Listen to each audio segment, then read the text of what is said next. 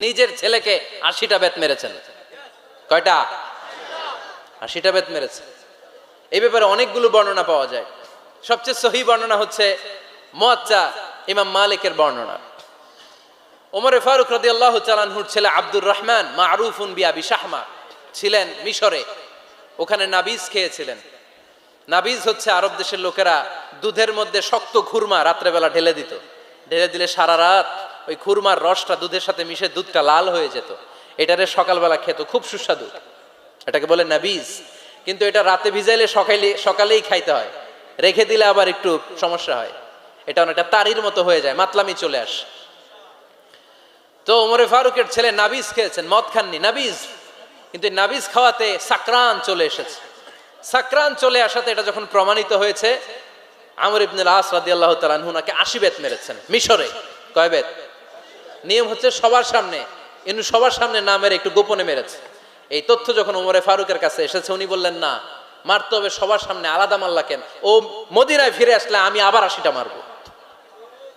মদিনায় ফিরে আসার পরে সাইয়েদনা ওমরে ফারুক ওই আগের ৮০টারে আর ধরেন নাই, নিজ হাতে আবার ৮০টা বেত মেরেছেন। এই বেত মারার ১ মাস পরে এই আবু শাহমা ইন্তেকাল করেছে।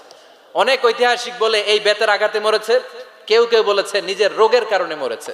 কিন্তু দিস ইজ দ্য ইনসাফ সিস্টেম অফ ওমর।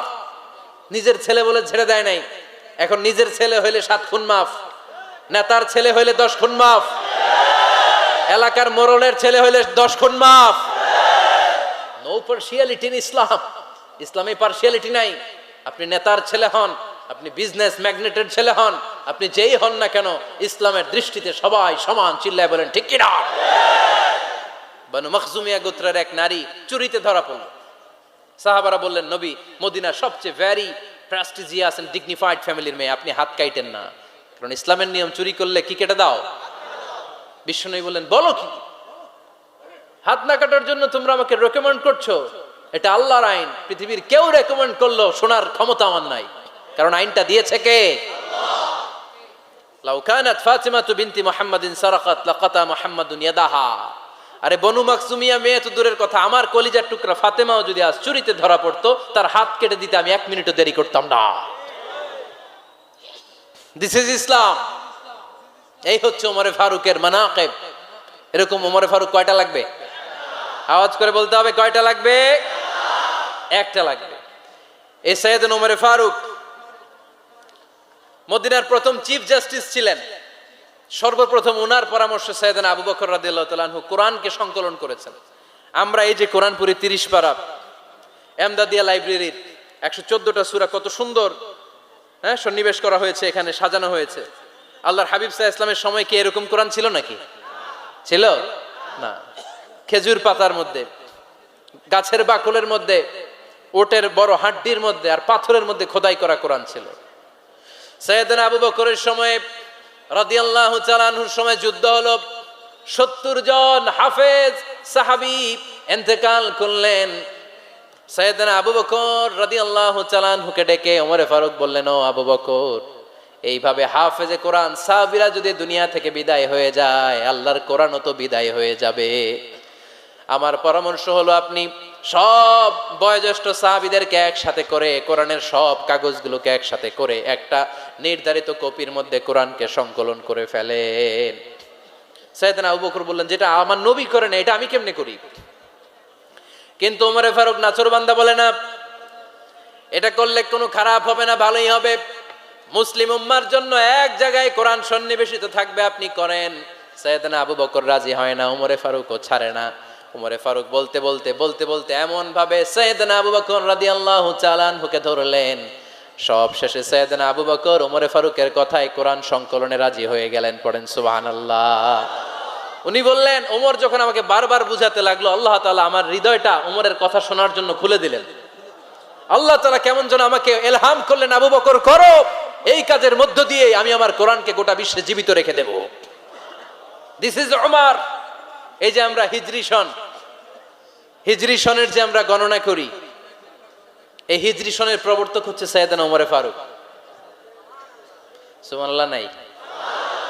আপনাদের মনোযোগ আছে না গেছে? কই ঘুমায় গেলেন মনে হয়? তাকবীর দেন তো একজন আওয়াজ করে।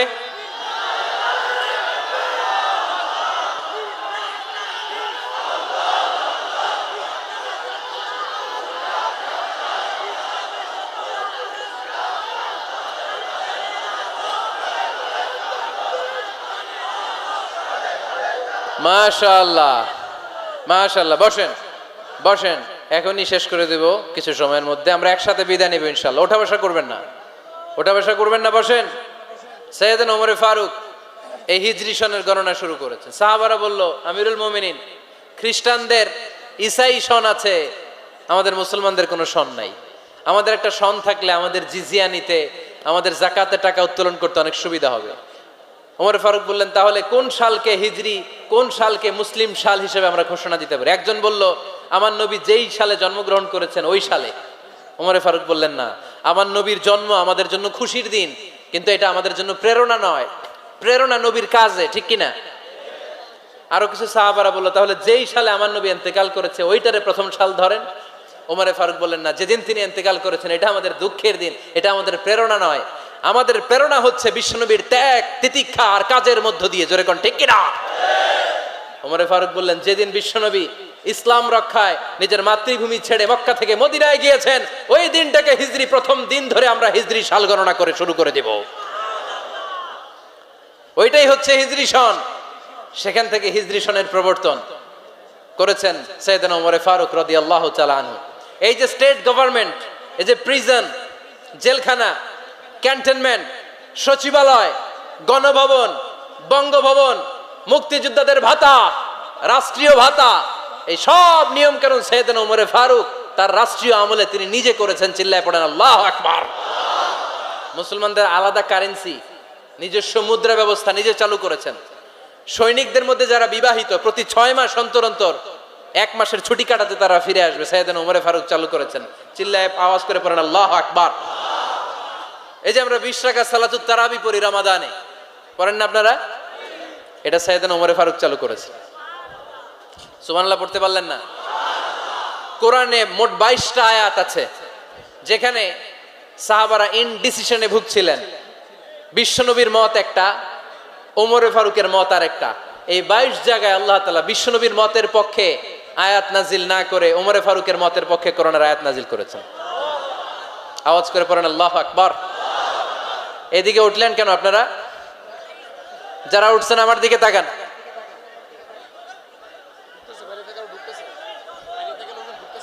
কিছু ভিতরে ঢুকতেছে, কিছু বাইরেতেছে না?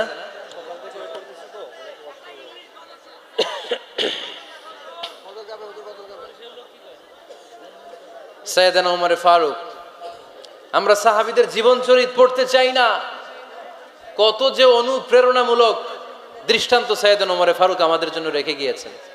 ওমর ফারুক যখন খলিফা, দিনের বেলায় যদি রাষ্ট্রে কোনো নিয়ম জারি করতেন, দিনের বেলায় জনগণকে কোনো বিষয়ে যদি নিষেধ করতেন, রাত্রে বেলায় খাওয়ার সময় ফ্যামিলি মেম্বারদের সবাইকে বলতেন, এই দিনের বেলা আমি জনগণকে এই কাজ করতে নিষেধ করেছি, তোমরা আমার ফ্যামিলি মেম্বার, খবরদার তোমরা এই কাজ করো না। জনগণ করলে যতটুকু শাস্তি, তোরা করলে পাবি ডবল শাস্তি। সুবহানাল্লাহ কইবেন না? আমাদের নেতারা ওই বাড়ির বিচার করে, ওই বাড়ির মাইয়ার বিচার, ওই বাড়ির পোলার বিচার, নিজের পোলা গাঞ্জা টানে আছে না নাই? নিজের মেয়ে অপরাধ করে আছে না নাই? আহা, কি নেতা ছিলেন ওমর ফারুক! আগে নিজের ঘর সামলিয়েছে, আগে নিজেকে সামলিয়েছেন, নিজের ঘর ঠিক করেছেন।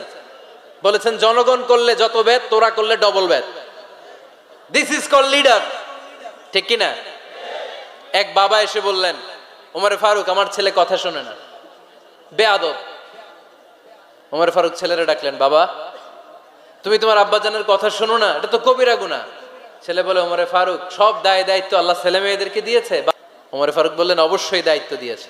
তাহলে বলেন আমার বাবার দায়িত্ব কি? উনি বললেন, প্রাইমারিলি প্রথমত 3 দায়িত্ব। আইয়ানতাকিয়া উম্মা, পৃথিবীর প্রতিটি বাবার উচিত ছেলেদের মেয়েদের জন্য ভালো মায়ের ব্যবস্থা করা। 2 নম্বরে আইয়ুহসিনা ইসমা, সুন্দর তার একটা নাম রেখে দেয়া। 3 নম্বর ইউআল্লিমাহুল কিতাব, তার আল্লাহর কিতাব শিক্ষা দেওয়া। এবার ছেলেকে আমার আব্বা 3টার একটাও করে নাই। এবার ওমর ফারুক রেগে গেলেন, বাবার কাঁধে ধরলেন, বললেন তুই ছেলের জন্য বিচার নিয়ে আসলি, তোর 3টা দায়িত্বের একটাও তুই পালন করিস নাই। ছেলে বলে, আমিরুল মুমিনিন আমার মা নর্তকী, আমার মা মাজুসি, আমার মায়ের মধ্যে কোনো আদব কাদব নাই, সুন্দরী দেখে আমার মারে বাবা বিয়ে করছে, আমার মায়ের কাছ থেকে জীবনে কিছু শিখি নাই। 2 নাম্বার সাম্মানি খানফাসা, আমার বাবা আমার নাম রেখেছে চামচিকা। কি নাম রাখছে? এটা নাম হইলো একটা? এরকম উল্টাপাল্টা নাম আছে না নাই? না, এগুলো রাখবেন না। আব্দুল্লাহ রাখবেন, আব্দুর রহমান রাখবেন, আর একটা কি বলছি আজকে? হুজাইফা রেখে দিয়েন, পারবেন? ওয়ালাম ইউআল্লিমনি হারফাম মিন কিতাবিল্লাহ আমিরুল মুমিনিন, শুধু তাই না, আল্লাহর কোরআনের একটা অক্ষর আমার বাবা কোনোদিন আমারে শিক্ষা দেয় নাই। ওমর ফারুক রেগে গেলেন, এবার বাপের কান্দে ধইরা মারতে শুরু করলেন। তুই পোলার নামে বিচার নিয়ে আইছিস, তোরে মার দিমু আগে। এরকম নেতার দরকার আছে না নাই? মদিনায় এক লোক তার বউরে রাগের চোটে 100 তালাক দিয়ে ফেলছে। কয় তালাক দেয়ার নিয়ম? কয়টা দিছে? কয়টা? এবার স্ত্রী কাঁদতে কাঁদতে এসে বলে, আমিরুল মুমিনিন দেখেন, আমার স্বামী আমারে রেগে মেগে 100 তালাক দিছে। ওমর ফারুক বললেন, দইরা নিয়ে এটারে। নিয়ে আসা হলো। ওমর ফারুক বললেন, কয়টা তালাক দিয়েছো? কয় 100টা। কেন দিছ? কয় মাথা গরম আছিল। এরকম আছে না? তালাক দেওয়ার সময় সব তালাক, তুই তালাক, তোর মা তালাক, তোর বোন তালাক, সব তালাক। তালাক দিবে ওয়াইফ রে, দিতেছে সবাই রে। তোমার ফারুক বললেন, দিবে 3টা, 100টা দিলা কেন? কয় মেজাজ গরম ছিল। কয় দাঁড়া, আত-তালাকু মিন শাআইরিল্লাহ, তালাক হচ্ছে আল্লাহর দেয়া বিধানের একটা নিদর্শন, এটা নিয়ে তুই খামখেয়ালি করলি। আমার রায় শোন, আমার রায় হচ্ছে 3 তালাকে তোর বউ তালাক, বাকি 97 তালাক তোর পিঠের উপরে পড়বে। এরকম বিচারের দরকার আছে না নাই? এরকম দৃষ্টান্তমূলক বিচার যদি বাংলার জমিনে দেয়া হতো, আর কোন নারী ধর্ষিতা হতো? আর কোন নারীকে অ্যাসিড মারা হতো? আর কোন নারী যৌতুকের জন্য কান্না করতো? একটা আমল লাগবে, বেশি না। কয়টা লাগবে? তিনি গভর্নর সিস্টেম চালু করেছিলেন, governor system, Islamic state.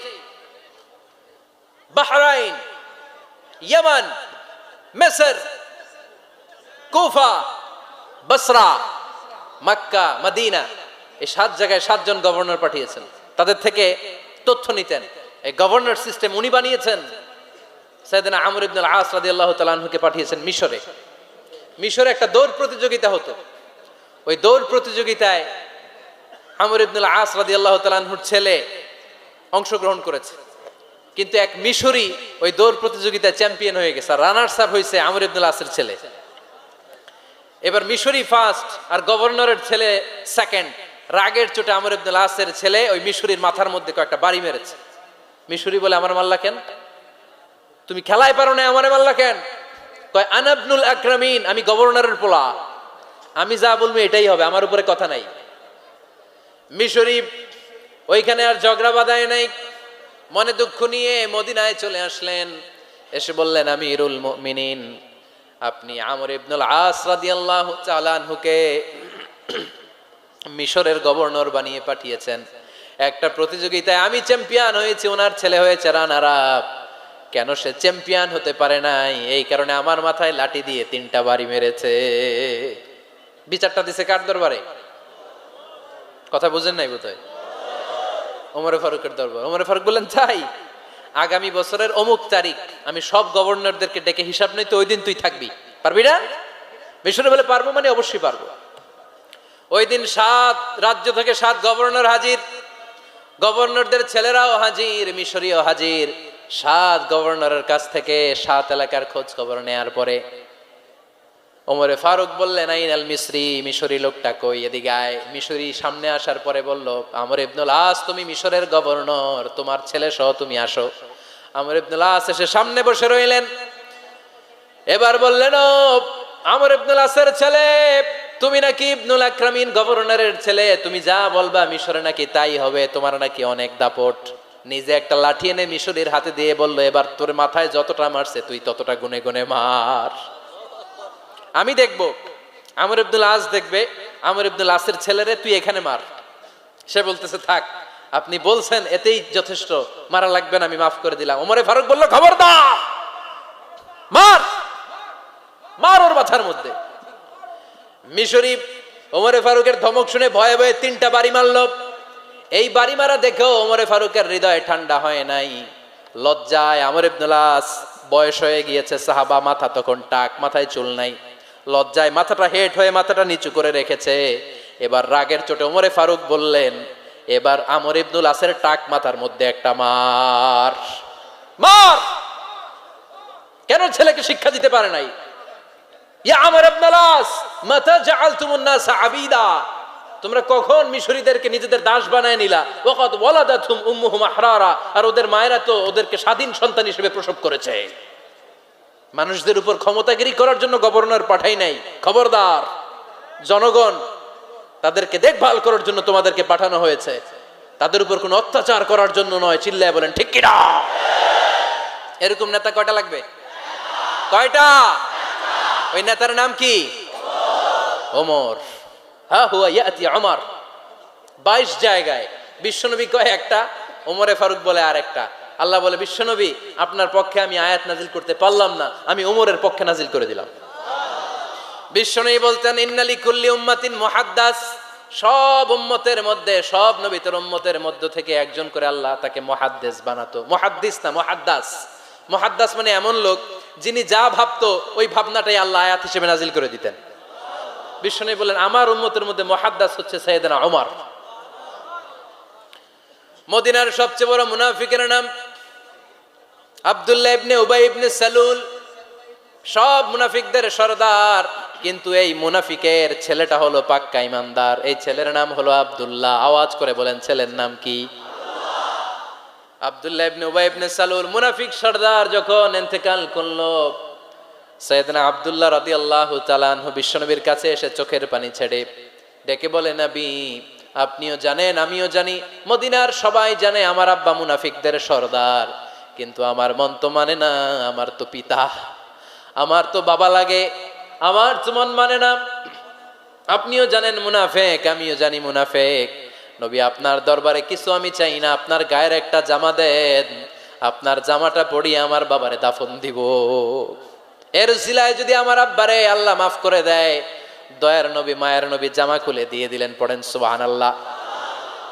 Abdullah রাদিয়াল্লাহু তাআলা আবার আবদার চললেন, নবী জানি আমার বাবা মুনাফিক, কিন্তু আমার তো বাবা, আপনার দরবারে ফরিয়াদ, আপনি নিজে যে আমার বাবার জানাজার নামাজের ইমামতি করবেন।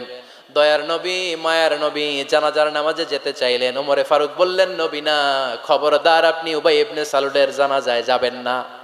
বিশ্বনবী জোর করে যেতে চাইলেন।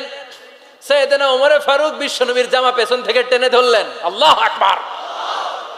টেনে ধরলেন, যাবেন না আপনি। ওমর ফারুকের হাত থেকে হ্যাচকা টান মেরে জুব্বা টান দিয়ে বিশ্বনবী জানাজায় চলে গেলেন। রব্বুল আলামিন আয়াত নাজিল করলেন, ইস্তাগফির লাহুম আও লা তাস্তাগফির লাহুম ওয়া ইন তাস্তাগফির লাহুম ৭০ মাররাতান ফালান ইয়াগফিরাল্লাহু লাহুম। নবী গো, একবার নয়, দুইবার নয়, ৭০ বারও যদি এই মুনাফিকের জন্য আপনি ক্ষমা চান, তার জন্য ক্ষমা নাই, তার জন্য আছে জাহান্নাম। ওয়ালা তাকুম, আপনি যাবেন না আলা কবরি, কখনো তাদের জানাজায় যাবেন না। এই যে একটা ভুল করে ফেলছেন, এটা এইবারই শেষ, এরপরে আর যাবেন না। সাইয়েদনা ওমর ফারুকের পক্ষে আল্লাহ তাআলা কোরআনের আয়াত নাজিল করে দিলেন। চিল্লায় পড়েন আল্লাহু আকবার। এভাবে 22টা জায়গায় ওমর ফারুক যা বলেছে, এটা নিয়ে একটা আলাদা আলোচনা হইতে হবে, আলাদা একটা আলোচনা লাগবে যে 22টা আয়াতে আল্লাহ তাআলা বিশ্বনবীর পক্ষে কোরআনের আয়াত নাজিল না করে সাইয়েদনা ওমর ফারুকের পক্ষে আয়াত নাজিল করেছেন। চিল্লায় পড়েন সুবহানাল্লাহ। ওই ওমর ফারুককে আমাদের মডেল বানানোর দরকার আছে না নাই? ওই ওমরে ফারুকের জীবনী আমাদের ছেলে মেয়েদেরকে পড়ানোর দরকার আছে না নাই? আমাদের ভবিষ্যৎ প্রজন্ম এগুলো জানে না। ওরা সালমান খান দেখে বড় হয়, ওরা শাহরুখ খান দেখে বড় হয়, ওরা ঋত্বিক রোশনকে দেখে বড় হয়। ওরা মনে করে যে এরাই বড় সুপার হিরো। আমাদের যে কত বড় সুপার হিরো আছে এরা জানেই না। নতুন প্রজন্মের কর্ণকহুরে সাইয়েদনা ওমরে ফারুকের ইতিহাস পৌঁছে দেওয়ার দরকার আছে না নাই? ওমরে ফারুকের ইন্তেকালের ঘটনাটা বলেই আমরা মোনাজাতের দিকে যাব। শুনবেন? শুনতে চান? উনি স্বপ্নে দেখলেন একটা লাল মোরগ ওনাকে 3টা ঠোকর মেরেছে। কয়টা? উনি জুমার নামাজে, জিলহজ মাসের শেষ সপ্তাহে জুমার নামাজে বললেন যে একটা লাল মোরগ 3টা ঠোকর মেরেছে। মুগীরা ইবনে শুবা রাদিয়াল্লাহু তাআলা আনহুর দাস আবু লুলু আল মাজুসি, এই লোকটা খঞ্জর বানাতে পারত। মুগীরা রাদিয়াল্লাহু তাআলা আনহুর দাস। মুগীরা প্রতিদিন 4 দিরহাম করে চার্জ করত, যেহেতু দাস। সে এসে বিচার দিল, আমিরুল মুমিনিন, মুগীরা আমার থেকে বেশি টাকা চায়, জুলুম করে। ওমরে ফারুক বললেন, তাই? তুমি কি কাজ জানো? বলে, আমি খঞ্জর বানাতে জানি। বাড়ি কই? পারস্য। আরে তুমি খঞ্জর বানাতে জানলে তো 4 দিরহাম অনেক কম, সে তো আরো বেশি টাকা নেওয়া দরকার ছিল তোমার থেকে। আবু লুলুর এই কথা পছন্দ হয় নাই। সে কয়, ওমর তুই সবারে দয়া দেখাও আর আমার ক্ষেত্রে কঠিন নিয়ম বানাইলা, দাঁড়াও এই নিয়ম তোমারে আমি দেখাবো। এই রাগে সে বাড়িতে যে একটা খঞ্জর বানালো। কি বানালো? খঞ্জর চিনেন? ছোট্ট ছুরি। কিছুদিন আগে ওমানের সুলতান কাবুস ইন্তেকাল করেছে, জানেন আপনারা? ওনার এই কোমরের মধ্যে খঞ্জর থাকতো, ছবিতে দেখছেন?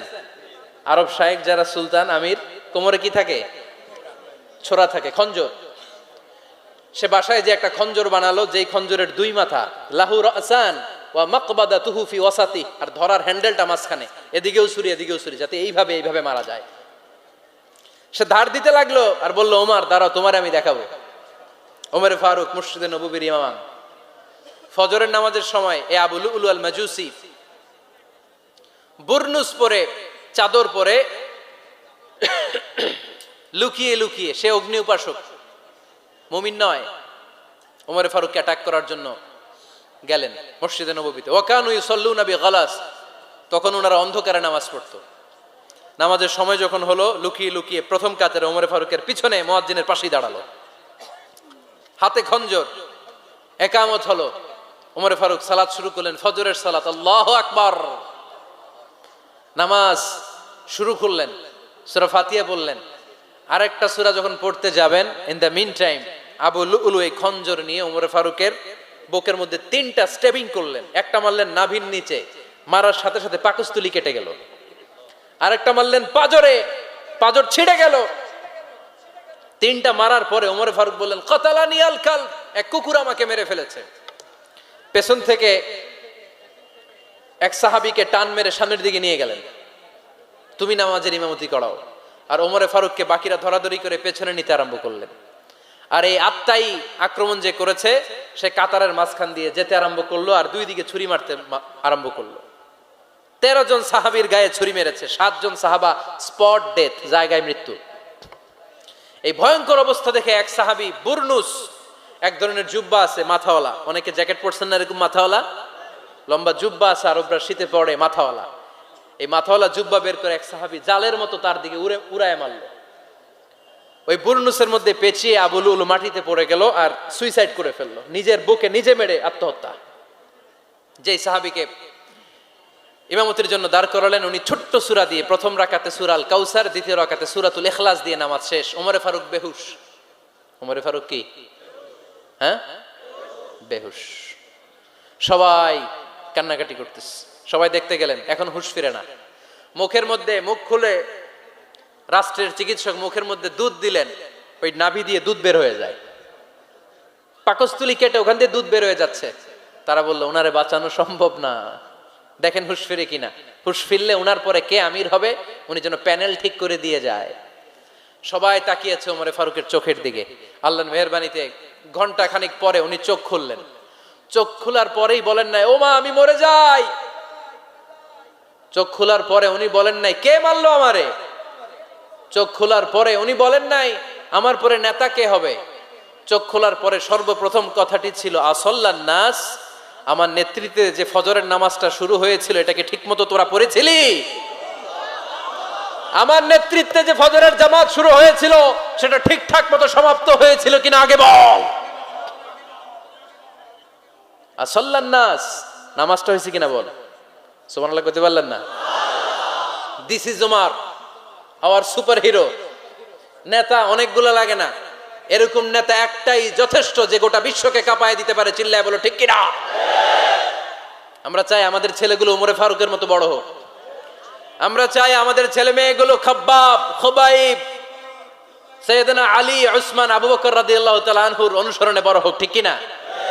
আমরা একটা ওমর চাই, যিনি আমাদেরকে সালাতের শিক্ষা দিয়ে গিয়েছেন, ইন্তেকালের আগে বলেছেন সাল্লান নাস।